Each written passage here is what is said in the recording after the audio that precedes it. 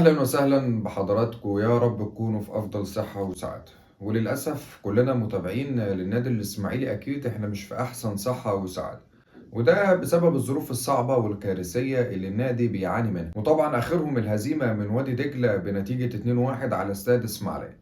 وكلنا كجمهور للنادي الإسماعيلي كنا بنتمنى إن النادي يحقق الفوز عشان الامور تكون افضل وتتصلح وتتعدل للنادي الاسماعيلي الفتره اللي جايه. خليني ما اخبيش عليكم، الحقيقه بعد المباراه دي انا ما كانش عندي طاقه نهائيا، والواحد ما كانش رايق ان هو يعمل اي فيديوهات. والحقيقه فضلت حتى كمان بعد المباراه بيوم، وتحديدا يوم السبت، الواحد ما عندوش نفس ان هو يصور او يتكلم عن اي حاجه بتخص الاسماعيلي. وللاسف الواحد بيوصل لمرحله ان الهزايم اللي النادي بيعاني منها بتتحكم في مشاعرنا.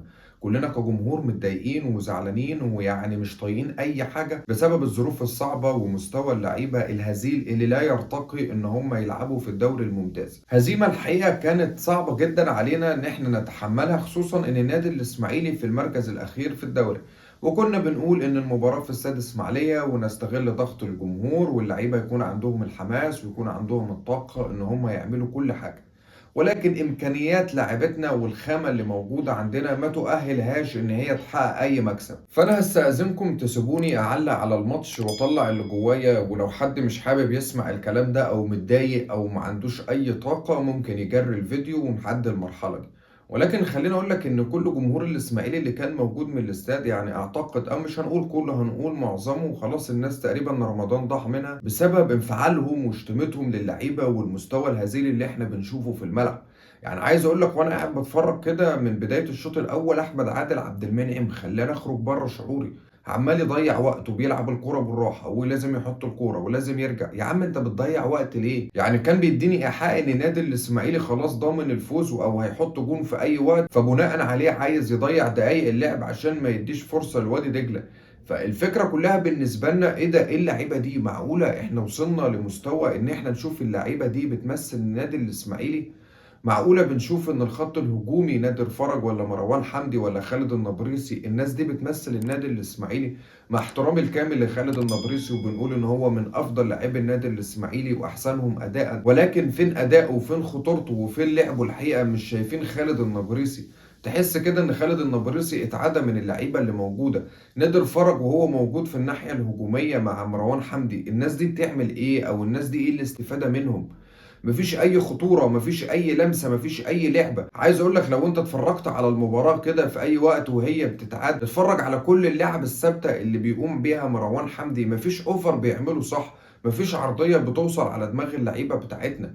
تشكيل سيء جدا. لما تروح كمان للتشكيل اللي بدأ بيه الكابتن طارق العشري، وتشكيل كله خطأ تماما. ابتدى بابراهيم عبد العال مكان تراوري، وبعد كده طلع ابراهيم عبد العال ونزل كونتا. وكان من الاول ان احنا بنشوف ان كونتا بيشارك بشكل اساسي مع النادي الاسماعيلي. ليه بتجازف وبتنزل ابراهيم عبد العال في بدايه المباراه؟ وطبعا اصابه محمد ايهاب ونزل مكانه حسن منصور، وبعد كده طلع حسن منصور. يعني انت كده بتتفرج على اداء الكابتن طارق العشر وتغييراته، وبتقول ان هو لسه لحد دلوقتي ما استقرش على التشكيل الاساسي. ودي مشكله كبيره جدا، ان انت مش عارف امكانيات لاعيبتك ولا عارف ظروفها ولا عارف الخامه اللي في ايدك. طبعا انا كل ده ما اتكلمتش على التحكيم، انا بس بتكلم على الاداره الفنيه سواء للكابتن طارق العشري او لاداء اللاعبين. فكره كمان الحقيقه بنقدر نقول اللاعب المبشر او اللاعب الكويس وهو اللاعب احمد ايمن، اللي شارك في مساك وقدر ان هو يكون يعني لاعب مميز. طبعا الظروف كانت صعبه جدا، ما بتخليناش ان احنا نتكلم على لعيبه او نشكر في ادائهم او نشوف ان ادائهم احسن حاجه، وده لسبب بسيط جدا، لان طبعا مع الهزيمه انت ما بتقدرش ان انت تتكلم في اي حاجه. ولكن بنقول ان اداء احمد ايمن احسن من اداء محمد عمار ومحمد نصر، ووجهة نظري، واعتقد ان هو هيشارك بشكل مستمر خلال المباريات اللي جايه، لان اللاعب في كل الاحوال ثبت نفسه ان هو يكون موجود مع النادي الاسماعيلي.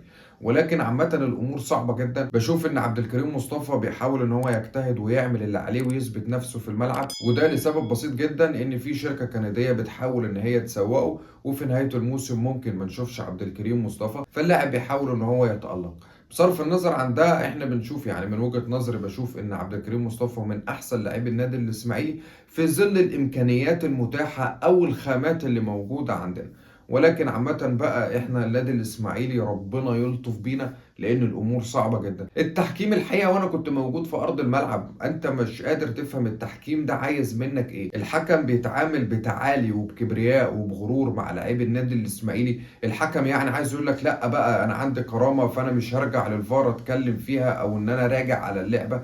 حتى كمان الحكام اللي موجودين في الفار ما فكروش ان هم ينادوه او تعالى يا عم بص على اللعبه دي، وكان بيتعامل معانا يعني باسلوب صعب جدا. طبعا عايز اقول لك جمهور الاسماعيلي اللي كان موجود في الاستاد روق الحكم، وممكن في اجتماعات رابطه الانديه يتم عقوبه جمهور نادي الاسماعيلي عشان اللي حصل منهم.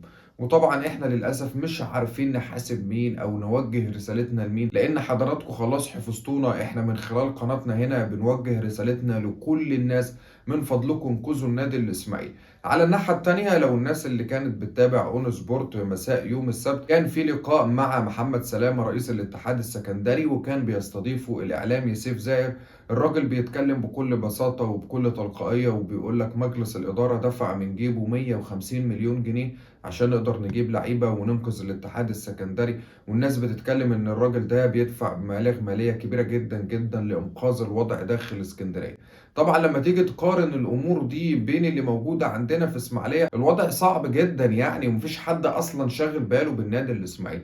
يعني حتى عايز اقول لك المحافظ الجديد اللي هو نبيل حسب الله اللي تعشمنا فيه ان هو يكون مع النادي الاسماعيلي ويشوف حلول ويبدا يتدخل، من ساعه ما تولى محافظه اسماعيليه وهو ما جابش سيره النادي الاسماعيلي او اصلا ما شفنالهوش اي صور. تروح بقى على الناحية التانية هناك في محافظة بورسعيد والمحافظ الجديد، أول قرار بياخده إن هو بيتبرع بمبلغ 50 مليون جنيه لاستاد المصري الجديد. متخيل المحافظة اتبرعت بمبلغ 50 مليون جنيه، وده عشان الإنشاءات اللي موجودة في الاستاد وتسريع وتيرة العمل. طبعا تحس إن إسماعيلية دي مش موجودة على الخريطة، تحس إن إسماعيلية دي موجودة في شمال أفريقيا ولا في غرب أفريقيا، محدش بيسأل علينا ولا حد بيقول لنا أنتوا فين. وفي نفس اللحظة إن النادي الإسماعيلي محتاج تدخل النواب أو محتاج تدخل رجال الأعمال. وطبعا السادة النواب اللي موجودين في الدايرة الثالثة اللي هم موجودين عندنا بيعملوا دورة رمضانية في الأربع مراكز، سواء التل الكبير أو القصاصين أو بصوير أو فايد. والناس بتقول إن الدورة دي تابعة لحزب مستقبل وطن، وإن الاشتراك هيكون فيها مجاني، مفيش أي فرقة هتتحمل أي أعباء مالية، وإن السادة النواب هم اللي هيكونوا متحملين بكل التكاليف وكل الأمور النظامية. وطبعا الأمور بقت صعبة جدا. متخيل يعني عضو مجلس النواب بيعمل دورة برلمانية بدل ما يشوف مشاكل الناس؟ يا عم على الأقل شوف مشاكل النادي الإسماعيلي، يا عم اطلع اقعد مع الوزير شوف الوزير ناوي يعمل إيه معانا. فالظروف بقت صعبة جدا والأمور الحقيقة بقت سيئة جدا. وعندنا كمان المباراة المقبلة هي مباراة سيراميكا كليوباترا، مباراة يعني حياة أو موت. النادي الاسماعيلي هيتغلب. سيراميكا كليوباترا اتغلب المباراه اللي فاتت قدام بيراميدز، وطبعا عايز يرجع للانتصارات مره تانية، عايز يكون موجود في صداره الدوري ويستمر في المنافسه. فمباراه يعني كانت صعبه جدا. وده اللي احنا كنا بنقوله ان احنا الثلاثه بونت بتوع وادي دجله هيفرقوا معانا بشكل كبير، عشان لما تيجي تخسر من سيراميكا كليوباترا نقول يا عم احنا معانا 3 بونت. فعامه الامور او الظروف اللي بيعاني منها النادي الاسماعيلي او اللي بيمر بيها الحقيقه مش مبشره ومفيش فيها اي حاجه تخلينا ان احنا نتفائل. نتمنى ان الامور تكون افضل الفتره اللي جايه. تعالوا نروح للفقره اللي بنحاول نثبتها مع حضراتكم، وهي مشاركات المتابعين معانا على اخر فيديو بينزل على القناه. تعالوا نروح لاول تعليق مع الاستاذ الجندي، طبعا صديقنا اللي بيعلق على كل فيديوهاتنا والمستمر معانا. بيقول ما باليد حيله، وان في ايادي خفيه عايزه النادي الاسماعيلي يكون ضعيف، لان النادي الاسماعيلي لو فاق وفتح القيد وجاب صفقات جديده هيكون اصعب نادي موجود على بقيه فرق الدوري. احنا بنقول لك يا استاذ جندي ان النادي الاسماعيلي ما فيهوش فيه ايادي خفيه ولا لا؟ النادي الاسماعيلي الايادي اللي فيه هي ظاهره للجميع. مجالس الادارات واللجان اللي دمرت ومحت هويه النادي الاسماعيلي، مجالس الادارات اللي حملت خزينه النادي فلوس ودولارات، وان النادي الاسماعيلي اصلا ما بيعرفش يدفع بالجنيه المصري. مفيش ايادي خفيه ولا حاجه. المشكله كلها فينا احنا، المشكله كلها في اعضاء الجمعيه العموميه اللي بيختاروا او بينتخبوا اصدقائهم واصحابهم وقرايبهم. بعض من الجمهور اللي للاسف بيطلع يطبل ولا يطلع يطلب ويضغط على الاداره للتعاقد مع فلان الفلاني. للاسف مفيش ايادي خفيه يا استاذ جندي. المشكله كلها عندنا احنا، المنظومه اللي موجوده في اسماعيليه. الموضوع بقى صعب جدا جدا والموضوع واضح للجميع. لو تم محاسبه كل الناس وتحديدا يحيى الكومي على اللي عمله في النادي الاسماعيلي، اعتقد اي حد هيجي يكون موجود في النادي الاسماعيلي هيخاف ان هو يعمل اي حاجه. تعالوا كمان نروح لصديقنا الاستاذ ابراهيم قطب، وبيقول لنا خليكم انتم مع طارق طارق العشري ومن الظاهر ان انتوا غير مبالين بوضع النادي، وهو بيقول ان احنا قلنا يا خلق اهو اسمعوا كلامنا وبلاش الكابتن طارق العشري لان هو تابع للوزير المتآمل، ولو سمحت غيروه وهاتوا الكابتن طارق مصطفى هو المناسب للمرحلة دي. طبعا انا معرفش استاذ ابراهيم قطب بيوجه لنا احنا الكلام ولا بيوجه الكلام لمين، ولكن احنا بنقول ان اي حد بيشتغل في الظروف الصعبة اللي النادي بيعاني منها لازم ان احنا ندعمه وبنسانده. كمان بمناسبة استاذ ابراهيم قطب وان هو طرح فكرة الكابتن طارق العشري، خليني اقول لك الحقيقة ان المباراة اللي فاتت انا يعني بصمت بالعشرة ان انا مش مقتنع بالكابتن طارق العشري، وبقول ان هو مش رجل المرحلة دي. وده لسبب بسيط جدا، ان انا ما شفتش اي طريقة لعب، ما شفتش اي جملة، ما شفتش اي حاجة بصراحة. حضرتك هترد عليا وتقول لي هي المشكلة مش في الكابتن طارق العشري، هي المشكلة في اللعيبة. انا برضو متفق معاك، هي المشكلة عندنا عامل مشترك بين اللعيبة وبين المدير الفني، ولكن احنا بنقول ان اللعيبة نازلة تايهة، اللعيبة نازلة مش عارفة تقف في اماكنها في الملعب، اللعيبة حتى مش عارفة تقطع الكورة، مش عارفة تعمل جملتين او لمستين ورا بعض. فانا الحقيقه الماتش اللي فات مع الكابتن طارق العشري والتغييرات وان هو بدا التشكيل بشكل خاطئ، فانا الحقيقه بشوف ان استمرار الكابتن طارق العشري ده هيضر مستقبل النادي الاسماعيلي بعد كده. فانا مش عارف بقى هنعمل ايه، هل هنكمل مع الكابتن طارق العشري ولا هيمشي؟ وده اللي احنا هنعرفه بعد كده. بعد الهزيمه المذله من وادي دجله بنتيجه 2-1، على طول بعدها بيوم الكابتن طارق العشري عمل مباراه وديه مع نادي اسمه عصمصون موجود في اسماعيليه. النادي الاسماعيلي تمكن من الفوز بهدفين نظيفين، واحرز الاهداف اللاعب ابراهيم عبد العال. طبعا كان في لعيبه ما بتشاركش مع النادي الاسماعيلي في المباراه اللي فاتت، الكابتن طارق العشري اداهم دقائق لعب ان هو يشاركهم وان هو يقف على مستواهم اللي موجود. فكره ان الصفحه الرسميه بتنزل خبر وبتقول لك ان النادي الاسماعيلي تمكن من الفوز على عصمصون بهدفين، وطبعا كانوا منزلين صور اللقاء. كل ده بقى اللي هتشوف يعني تعليقات ساخرة من كل جمهور الإسماعيلي، اللي هو إيه يا جدعان اللي انتوا بتنزلوه ده، أو إيه اللي انتوا بتقولوه ده، ما كنتش نزلتوه أحسن في ظل الظروف الصعبة والظروف المنيلة بنيلة إن النادي الإسماعيلي بيعاني منها. كمان عايز أقول لك يعني إن الفوز، أنت بتلاعب فرقة موجودة في القسم الرابع ويعني طلعت للقسم الثالث، ففرقة كده أنت هتكسبها أو ممكن تكسبها ليه، ده إحنا ممكن كنا نتغلب منها بسبب الأداء الصعب اللي النادي بيعاني منه. ولكن عايز اقول لك يعني هو الكابتن طارق العشري بيعمل بروفا قبل المباراه المهمه والصعبه والمستحيله قدام سيراميكا كليوباترا، فاتمنى من الكابتن طارق العشري ان هو يقف على التشكيل الاساسي وان هو يعرف امكانيات اللعيبه اللي معاه. فاتمنى بس ان احنا ما نقعدش كل شويه نغير، ان احنا شفنا الشوط الاول كان تقريبا لحد الدقيقه 35 او 36 النادي الاسماعيلي اجرى تغييرين. احنا مش عايزين التغييرات الكتيره او فكره ان احنا نبدا بتشكيل مش كويس ده ياثر على النادي الاسماعيلي. ولكن في مباراه سيراميكا اللي جايه لو احنا اخدنا نقطة منهم فاحنا نحمد ربنا ونبوس ايدينا وش وظهر. من تعالوا نروح لاجتماع مجلس الإدارة واللي حصل بعد الهزيمة بيوم، وتحديدا قبل صلاة المغرب داخل استاد اسماعيلية. الناس اتكلموا عن الوضع الصعب اللي النادي الاسماعيلي بيعاني منه، والناس شافوا ان خلاص نقدر نقول فرص النادي الاسماعيلي بقت مستحيلة في الدوري، وان الدور الثاني هيكون صعب جدا على النادي الاسماعيلي، خصوصا ان انت هتخش الدور الثاني وانت معاك عدد النقاط اللي انت طلعت بيها من الدور الاول، ودي هتكون ازمة كبيرة جدا هيعاني منها النادي الاسماعيلي. كمان الشيء اللي انا بستغربه الحقيقة، وعلى حسب المعلومات اللي جات لنا وقالت لنا ان في الاجتماع ده هيبدأوا يعينوا بعض الافراد داخل النادي الاسماعيلي. فانا عايز اقول لك يعني او عايز اتكلم او اعلق في النقطه دي، كل مجلس اداره او كل لجنه بتيجي تشتغل جوه النادي الاسماعيلي لازم ان هي تعين ناس محسوبه عليهم، وكل ده بيكلف خزينه النادي الاسماعيلي فلوس. يعني لو انت جيت بصيت على التعيينات اللي موجوده داخل النادي الاسماعيلي اخر كام سنه هتلاقي في ناس بالهبل جدا وملهمش اي دور وما بيعملوش اي حاجه، بس الاسم ان هو موظف جوه النادي الاسماعيلي. كمان في خلال الاجتماع الناس بدأوا يشوفوا ان احنا هنشارك او هنلعب المباريات الودية على ملعب ايه، وبعض المعلومات اللي قالت لنا ان هم عايزين يلعبوا المباريات الودية خارج استاد اسماعيلية، تحديدا مثلا ممكن في اي فندق او ممكن يلعبوه في استاد هيئة قناة السويس. ويعني الاجتماع عامة يعني ما فيهوش في اي حاجة مهمة، ما فيش في اي حاجة جديدة، هم بس الناس اتفقوا على ان المرحلة اللي بنعيشها دي مرحلة صعبة جدا، ولازم نشوف حلول وهنعمل ايه الفترة اللي جاية. ولكن في قرارات ملموسة او قرارات نقول ان الادارة اخدتها لانقاذ النادي الاسماعيلي؟ مفيش اي حاجة. انا الحقيقة واحد من جمهور الاسماعيلي كنت مستني ومنتظر الاجتماع ده هيوصلوا بيه لايه، لكن مفيش اي حاجة جدية او اي حاجة نقدر نقول في صالح النادي الاسماعيلي. اجتماع زي الاجتماعات اللي بتحصل لا تسمن ولا تغني من جوع، فمن الواضح ان الامور هتكون صعبة علينا خلال الفترة اللي جاية. تعالوا بقى نروح للتصريحات الكارثية اللي اطلقها الاستاذ محمد رائف رئيس اللجنة المعينة للنادي الاسماعيلي.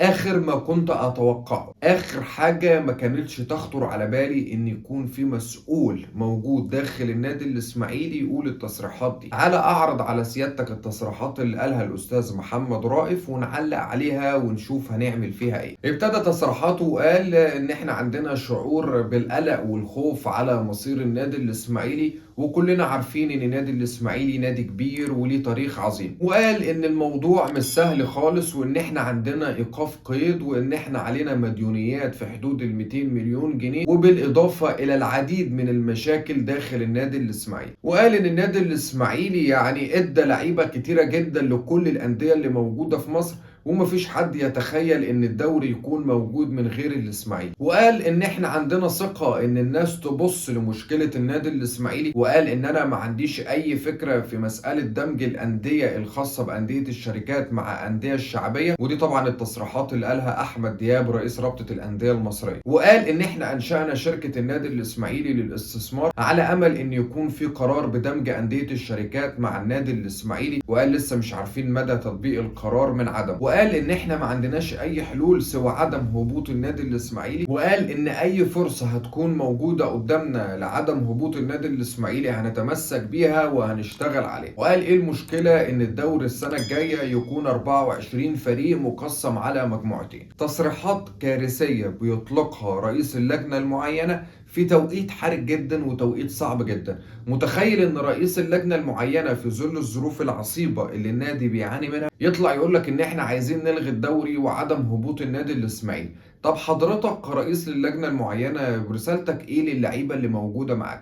رسالتك ايه للمدير الفني؟ رسالتك ايه كمان للجمهور اللي بيحاول يحشد ويدعم النادي في الفترة الحالية؟ حضرتك بتطلع في نص السكة وترفع الراية البيضاء وتقول انا مش عارف حلول ومش عارف اعمل اي حاجة؟ طب انت حضرتك موجود في منصبك كرئيس للجنة المعينة بناء على ايه؟ وزي ما حضراتكم عارفين ان الاستاذ محمد رائف كان موجود في المجلس اللي فات او اللجنة اللي فاتت كعضو، وبعد كده ربنا كرمه وترقى وبقى رئيس اللجنة المعينة. ينفع حد مسؤول يطلع يقول احنا عايزين نلغي الدوري؟ الموضوع ده اللي هيخلى كل الصفحات وكل الاعلاميين يضحكوا علينا كنادي اسماعيلي. ازاي في مسؤول يطلع يقول لك احنا عايزين نلغي الهبوط؟ احنا بنقرر الموضوع للمرة التانية، مفروض ان احنا نتحرك ونتكسف على دمنا. والموضوع ده صدقني هيكون عار في تاريخ النادي الاسماعيلي لو تم الغاء الهبوط. لازم ان احنا نتحرك ولازم نتصرف ولازم يكون في اي انقاذ للنادي الاسماعيلي، ولكن نطلع نقول احنا عايزين نخلي الدوري الموسم اللي جاي مجموعتين، ونخلي الاعلاميين اللي هم سبب من فساد الكرة المصرية يطلعوا يدونا دروس بقى في تطبيق اللوائح ونظام المسابقة وازاي نلغي البطولة عشان خاطر نادي جماهيري. والناس يعني هنكون مسخرة لكل الناس اللي هتتناول الموضوع ده. فانا اتمنى من حضرتك ان انت بقى يعني كفايه تصريحات من النوع الهزيل ده، اللي تطلع تقول تصريحات تكون في صالح النادي الاسماعيلي او في حلول او في حاجه انت قدرت تعملها للنادي، ولكن تطلع تقول تصريحات بالشكل المهين ده. احنا كجمهور للنادي الاسماعيلي مش هنقبل الموضوع ده. فاتمنى من حضرتك ان انت تهدى شويه، تطلع تتكلم في امور مفيده، تطلع تتكلم في امور احنا نحب ان احنا نسمعها، ولكن تطلع تطخ اي تصريحات كده وخلاص وتضحك الناس علينا، ده مش في صالح النادي الاسماعيلي. خلصنا الفيديو بتاعنا واتكلمنا في امور كتيره الحقيقه، وعايز اقول لك ان دي من نوعيه الفيديوهات اللي انا ما بحبش اعملها. فيديوهات ما بيكونش فيها اي حاجه مفرحه، فيديوهات بتكون فيها طاقه سلبيه بشكل كبير جدا. اللي خلاني او ان اصريت ان اعمل الفيديو ده تصريحات رئيس اللجنه المعينه، ان انا يعني استفزيت بشكل كبير جدا، فكان لازم ان انا اطلع ارد عليه واقول له ما يصحش، انت بتتكلم باسم النادي الاسماعيلي، لازم يكون عندك تصريحات رزينه وتكون ليها حلول وفي صالح النادي. أتمنى من حضراتكم إن أنتم تدعمونا وتدوسوا لايك للفيديو، نفسنا الفيديو ده يوصل لكل الجمهور ونعرف إن إحنا في أزمة حقيقية، وإن شاء الله بإذن الله ربنا يعديها على خير. احنا الدراويش، انا الاسماعيلي، انا الفن والحرفنه واللعب البرازيلي من ايام رضا وشحته والعربي وميمي درويش، والدراويش هم الدراويش، الدراويش هم الدراويش.